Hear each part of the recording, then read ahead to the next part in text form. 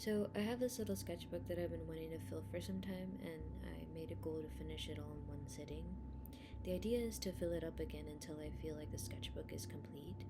This is the first run through. I wanted to do lighter markers and pens so I could potentially go over it with more markers, or I might do watercolor next time.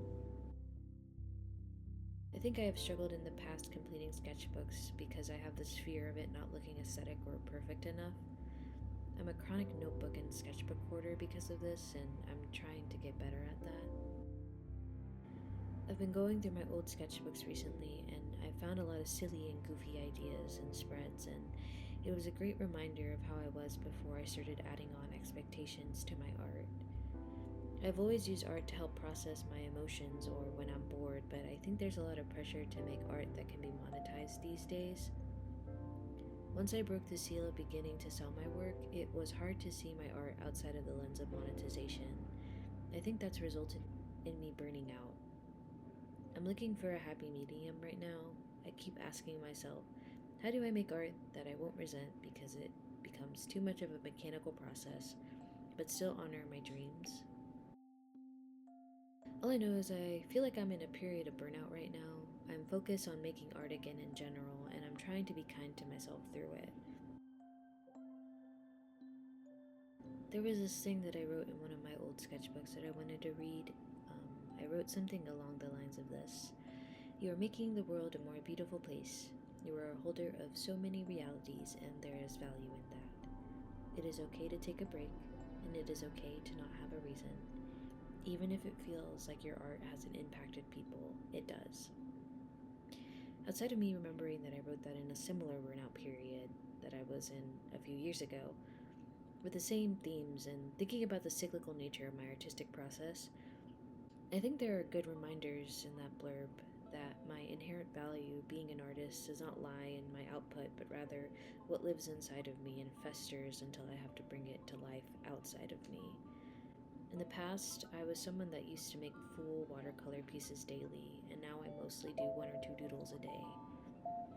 But when the full pieces do pop up in my head, it almost feels like my brain just dumps out all of the residual artistic energy that I hold on to. I don't know why I do that these days instead of how I used to make art, but it's interesting to note. Anyways, back to the sketchbook I'm working on. I think I'm holding myself back a lot because I'm always trying to reinvent the wheel. A few times in the sketchbook, I had to fight through an emotion that kept coming up of wanting to think harder, to find a new idea in my head instead of just drawing what I usually draw, which I know now is cats, bunnies, scribbles, and stars. It's almost like sometimes I start a piece and I'm already afraid of someone telling me that I tend to draw the same things a lot, but what's so bad about that? If I do believe in what I say, that I carry value in what lives inside of me as an artist, what's so bad about there being a lot of bunnies and cats in there? Another thing that was coming up for me was facing the fear of the blank page. If you're an artist, you know the feeling. Usually when I'm creating full pieces these days, it's done digitally because I love using the do button and just having access to so much all at once. But I miss drawing and painting traditionally. I developed a lot of skills when I did traditional art.